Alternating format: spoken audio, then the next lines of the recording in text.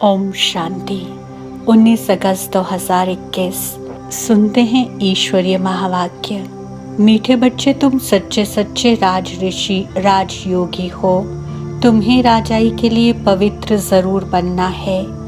प्रश्न, कौन सा अटेंशन राजाई के लायक बना देता है? उत्तर, अगर पढ़ाई पर पूरा अटेंशन है तो राजाई मिल जाती है।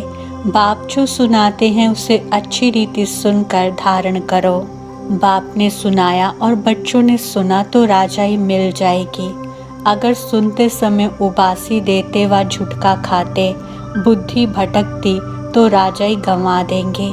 इसलिए पढ़ाई पर पूरा अटेंशन दो।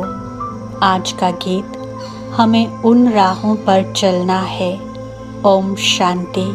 रूहानी बाप रूहानी बच्चों प्रति समझा रहे हैं। आज बच्चों को हठ योग और राजयोग पर समझाते हैं।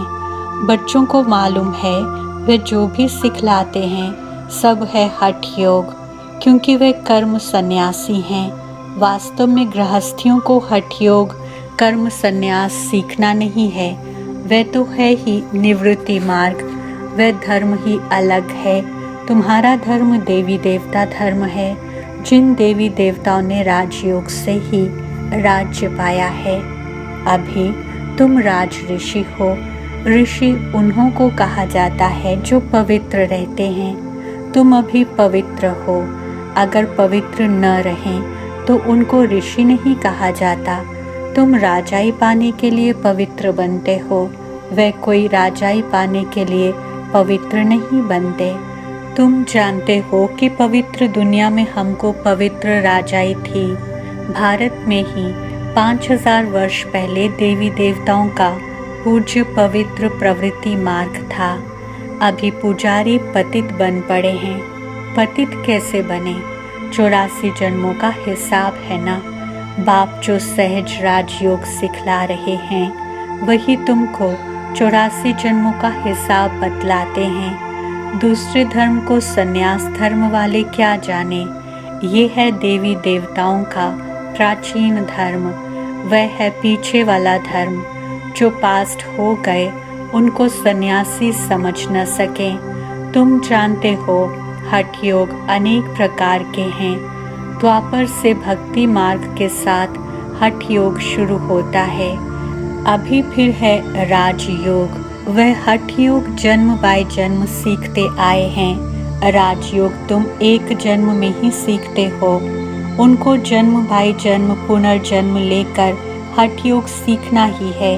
तुमको राजयोग सीखने के लिए पुनर्जन्म नहीं लेना पड़ता। ये राजयोग तुम सिर्फ संगम पर ही सीखते हो। राजाई मिल गई, स्वर्ग हो गया, फिर और सब धर्म खत्म हो जाते हैं। तुम राज ऋषि हो। राधे कृष्ण भी पवित्र है ना। कृष्ण को महात्मा भी कहते हैं। महात्मा पवित्र होते हैं। तुम भी अभी महात्मा व राज ऋषि हो। महात्मा अर्थात पवित्र महान आत्मा। ये बातें कोई शास्त्रों में नहीं हैं। शास्त्र तो बाद में बनते हैं। कहानियों मिसल बैठ लिखते हैं। जो पास्ट हो जाता है वह बैठ खेल बनाते हैं। सच्चा तो नहीं है। अब बाप बच्चों को प्रैक्टिकल में पढ़ाते हैं। उनकी फिर हिस्ट्री बनाई है। यादव कौरव पांडव थे, जरूर संगम पर होंगे। संगम युग की हिस्ट्री बैठ बनाई है। त्योहार भी सभी संगम युग के हैं। राखी बंधन भी पवित्रता पर है। पीछे फिर उनका यादगार चलता है। यहाँ बाप भी सभी को पवित्र बनाए प्रतिज्ञा कराते हैं। सिख लोग कंगन पहनते हैं, वह भी पवित्रता की निशानी है। हिंदू लोग जनेऊ पहनते हैं, वह भी पवित्रता की निशानी है, परंतु पवित्र रहते नहीं हैं। राखी बंधवाते हैं, अर्थ थोड़े ही समझते हैं। आगे ब्राह्मण लोग राखी बांधते थे, अभी बहन भाई को राखी बांधती है, वे खर्ची देते हैं। ये सब अभी फैशन पड़ा है। वास्तव में ये है पवित्रता की बात। बाप कहते हैं बच्चे काम महाशत्रु है। वह ब्राह्मण लोग कोई ऐसे नहीं समझाते हैं। अभी बेहद का बाप कहते हैं बच्चे प्रतिज्ञा करो, हम पवित्र बनेंगे, कभी विकार में नहीं जाएंगे। बुलाते भी इसलिए हो कि आकर पतितों को पावन बनाओ। सत्युग त्रेता में कोई नहीं बुलाते, वह है ही राम राज्य। ये है रावण राज्य। राम राज्य में 5 विकार होते नहीं, यथा राजा रानी तथा प्रजा। अभी तुम बच्चे जानते हो, हम बाबा से स्वर्ग की बादशाही ले रहे हैं। इस नर्क से जाना जरूर है। बाबा आया है पावन बनाकर स्वर्ग में ले जाने। फिर तो हम क्यों नहीं पावन बने।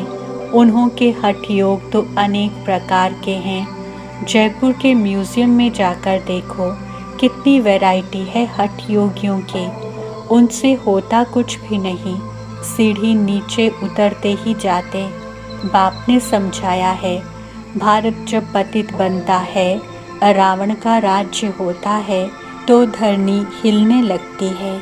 सोने के महल आदि सब नीचे चले जाते हैं। महलों आदि को कोई लूटा थोड़े ही है, वे तो सिर्फ मंदिरों को लूटा है। कुछ जेवर सोना आदि ले गए हैं। जेवरों का सबसे जास्ती शौक तुमको है। तुम स्वर्ग में आते ही जेवर पहनते हो, राज्य करते हो, और धर्म वाले आते ही राज्य नहीं करते हैं। तुम बेहद के बाप से स्वर्ग की बादशाही का वर्षा लेते हो, तो ये बाप बैठ समझाते हैं, गीता पढ़कर नहीं सुनाते हैं। गीता में जो कुछ लिखा है वह सब मैंने कहा नहीं है, वह तो मनुष्यों ने मेरे महावाक्यों का बाद में बैठ शास्त्र बनाया है।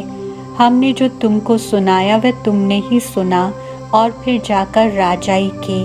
वहाँ ये ज्ञान नहीं रहता। यहाँ तो बाप टीचर बैठ शिक्षा देते हैं। बाप तो हिंदी में ही समझाते हैं। यहाँ सब हिंदी हिंदी कहते रहते हैं ना, जो उन्हों की भाषा है। वास्तव में प्राचीन भाषा हिंदी ही है, न कि संस्कृत। ये संस्कृत तो शंकराचार्य के बाद निकली है। जो आते हैं वे अपनी भाषा चलाते हैं। बाकी ऐसे नहीं कि बाबा ने गीता संस्कृत में सुनाई है। नहीं, गुरु नानक का अपना ग्रंथ है। उसने सिख धर्म स्थापन किया। उनको भी अवतार मानते हैं। उसमें राजाएं भी होते हैं। सन्यासियों में राजाई नहीं है। बाबा ने समझाया है, बुद्ध, क्राइस्ट आदि पहले गृहस्थी आत्मा थे। अब गृहस्थी पतित आत्मा तो धर्म स्थापन कर ना सके। उनमें पवित्र आत्मा आई जिसने धर्म स्थापन किया। दूसरे धर्म तो किस्म किस्म के बहुत हैं, आकर अपना छोटा मठ पंथ स्थापन करते हैं। झाड़ में भी दिखाया है ना, तो हठयोग और राजयोग में बहुत फर्क है। ये बातें समझने की हैं। जिसको समझ में नहीं आती होंगी वे झुटका खाते उबासी देते रहेंगे। यहाँ तो तुमको खजाना मिलता है, बड़ी भारी कमाई है। तुम रत्नों से झोली भरते हो, तो ये आंखें खोलकर सुनना होता है। झुटके खाते रहेंगे या बुद्धि बाहर भटकती रहेगी तो वह राजधानी पा ना सके। तुम हो राज ऋषि, राजाई प्राप्त करने वाले। बाप राजधानी स्थापन करते हैं, श्री कृष्ण नहीं करते। कृष्ण तो बाप का वर्षा लेते हैं। अब तुम्हारा बाप है निराकार, जिससे वर्षा ले रहे हो विश्व की बादशाही का। कितना तुम साहूकार बनते हो। यहाँ एक ही बाप आकर राजयोग सिखलाते हैं। सो भी घूमो फिरो खाओ पियो, सिर्फ बाप को याद करो। साहूकार जरूर अच्छी रीति खाएंगे, वे तो अपनी कमाई का फल खाते हैं। माल पूड़ा खाओ या रोटी खाओ, याद करो बाप को। फल कुछ भी खाओ, पैसा तब किसके लिए है बाबा कोई मना नहीं करते हैं, सिर्फ बाप से योग लगाना है। इस राजाई स्थापन करने में खर्चा नहीं है।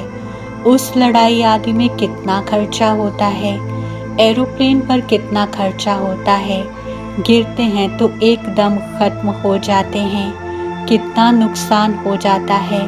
तो बाप कहते हैं चलते फिरते बाप को याद करो, स्वदर्शन चक्र फिराते रहो। हमने 84 जन्म पूरे किए हैं, अब चलें वतन की ओर। घर जाकर फिर आए राजाई करेंगे। तुम एक्टर्स होना, वे बाइस्कोप तो 2-2.5 घंटे चलते हैं। यह बेहद का नाटक 5000 वर्ष चलता है। इनको मनुष्य ही जान सकते। ये दुनिया है कांटों का जंगल। बड़े ते बड़ा कांटा है विकार का, जो आदि मध्य अंत दुख देते हैं। दूसरे नंबर का कांटा है क्रोध। उनकी निशानी ये महाभारत लड़ाई देखो। कोई बात में गुस्सा आया तो झट बॉम्ब्स शुरू कर देंगे। अभी तो ऐसे ऐसे बॉम्ब्स बनाए हैं जो बात मत पूछो। सतयुग में कोई लड़ाई आदि होती नहीं, संगम पर ही यह महाभारत लड़ाई दिखाई है। दूसरे कोई शास्त्र में लड़ाई की बात ही नहीं। वहाँ तो सारे विश्व के तुम मालिक रहते हो, लड़ाई की बात हो ना सके। शास्त्रों में असुरों और देवताओं की लड़ाई दिखाई है, परंतु देवताएं अहिंसक हैं। तुम योग बल से विश्व के मालिक बनते हो। ये है साइलेंस बल, इसमें कुछ तुमको बोलना नहीं है। याद के बल से तुम बाबा से विश्व की बादशाही लेते हो। फर्क देखो कितना है। साइंस बल से विनाश होता है, उसी ही साइंस से फिर सतयुग में सुख देखेंगे। साइंस से इन्वेंशन करते हैं, वह तो सुख के लिए करते हैं। ये भी आकर कुछ ज्ञान लेंगे। प्रदर्शनी में तो सब आते हैं, आगे चल सब आएंगे। तुम्हारे साइलेंस बल का आवाज निकलेगा। तुम प्रश्न पूछते हो गीता का भगवान कौन? ऐसे प्रश्न कोई पूछ ना सके। जहाँ ये प्रश्न लिखते हैं तो उनके साथ चित्र भी दो। गीता का भगवान परमपिता परमात्मा या श्री कृष्ण, जो पूरे 84 जन्म लेते हैं। पतित से पावन बनाने वाला तो बाप ही है। कृष्ण की आत्मा तो 84 जन्म ले सांवरी बनी है। उनको बैठ समझाते हैं, तुमने 84 जन्म लिए हैं, तुम अपने जन्मों को नहीं जानते हो। एक्टर्स को पता तो होना चाहिए ना कि हम 84 जन्म कैसे लेते हैं। सन्यासियों का धर्म ही अलग है। भारतवासियों को अपने धर्म का पता न होने कारण और धर्मों में जाते रहते हैं। किसी गुरु के आशीर्वाद से किसको धन मिल गया तो उनके पीछे चटक पड़ेंगे। फिर देवाला निकला तो कहेंगे खुदा की भावी। बच्चा मिला बहुत खुशी होगी। अच्छा 10-12 दिन बाद बच्चा मर गया तो कहेंगे ईश्वर की भावी। इनको जिंदा करना हमारे हाथ में नहीं है। बाबा के बहुत ऐसे मिसाल देखे हुए हैं, ऐसे ऐसे बहुत होते हैं। यहाँ तो बाप बैठा है। बाप बच्चों को समझाते हैं, मीठे मीठे बच्चों पावन बनो। याद है जब महाभारत लड़ाई लगी थी तो द्रौपदी ने पुकारा था, बाबा हमको ये दुशासन नग्न करते हैं, हमको इनसे बचाओ। 5000 वर्ष की बात है। इन अबलाओं पर अत्याचार इस विश्व पर ही होते हैं।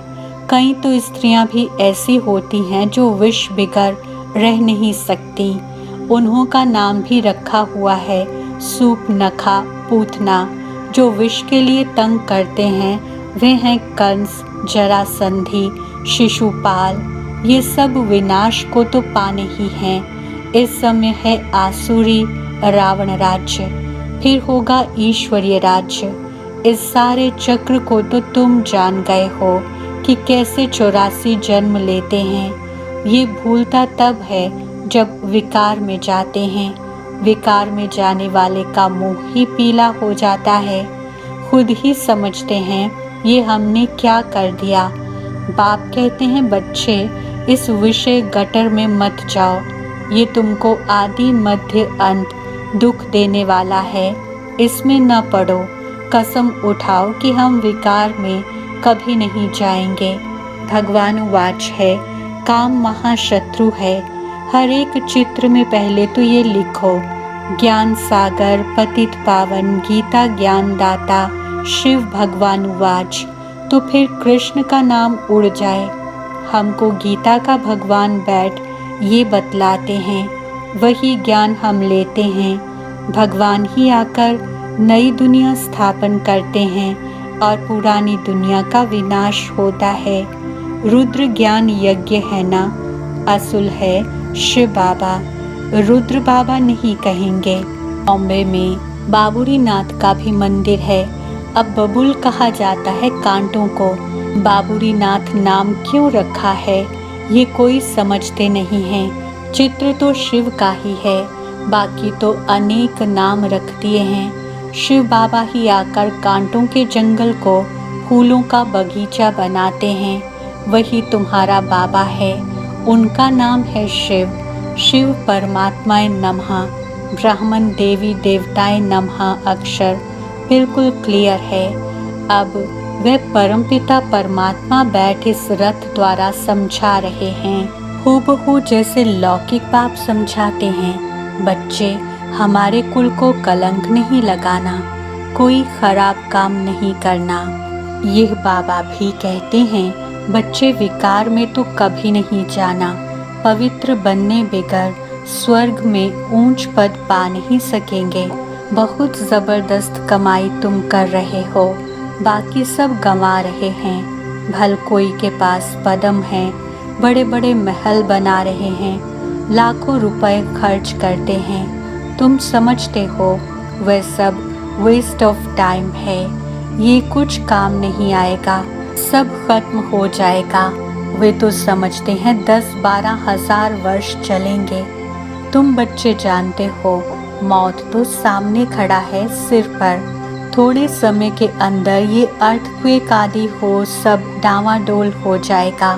अर्थक्वेक आदि में अनगिनत मर जाते हैं। अब तो विनाश होना ही है।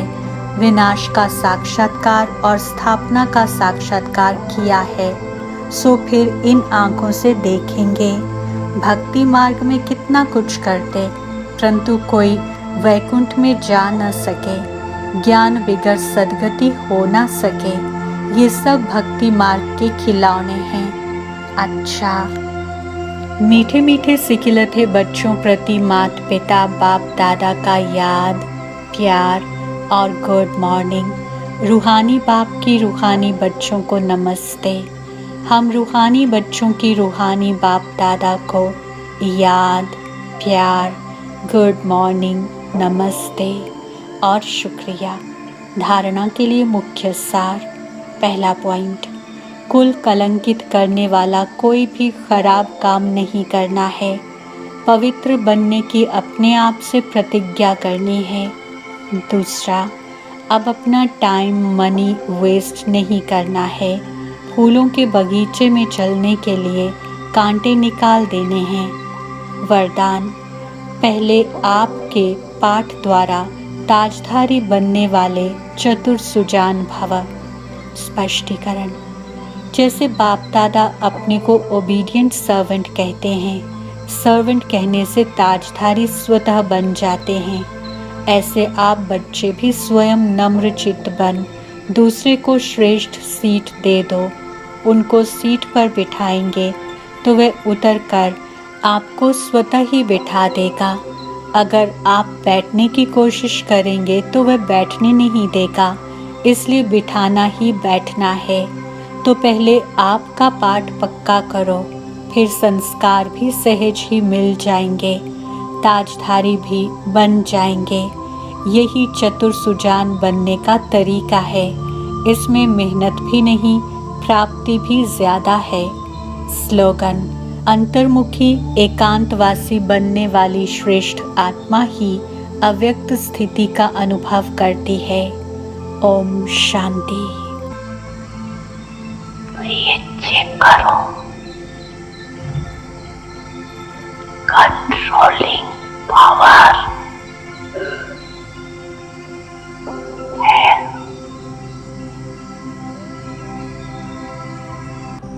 एक तो बचत करो, वेस्ट के बजाय बेस्ट के खाते में जमा करो।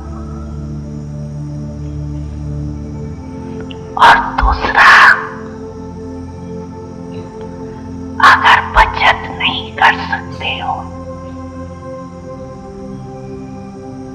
तो चेंज करो, वेस्ट को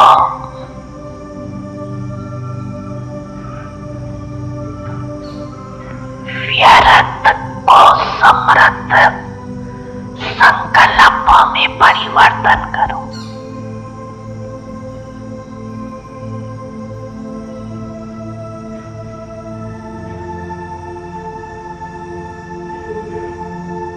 कंट्रोलिंग नहीं हो सकता है मानो,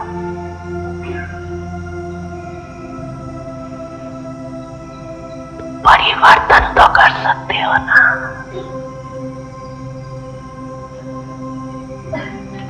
उसकी रफ्तार को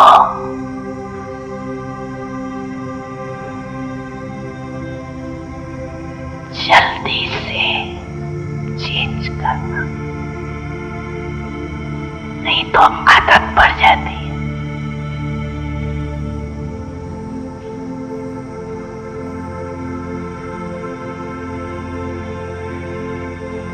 एक घंटे को भी चेक करो ना, एक घंटे में भी देखेंगे कि 5-10 मिनट की संकल्प वेस्ट का बेस्ट में जमा हो जाए। अगर 5 मिनट भी हो तो 12 घंटे में 5-5 मिनट भी कितने हो जाएंगे।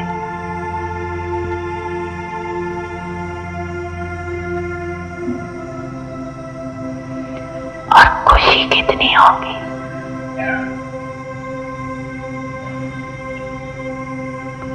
और जितना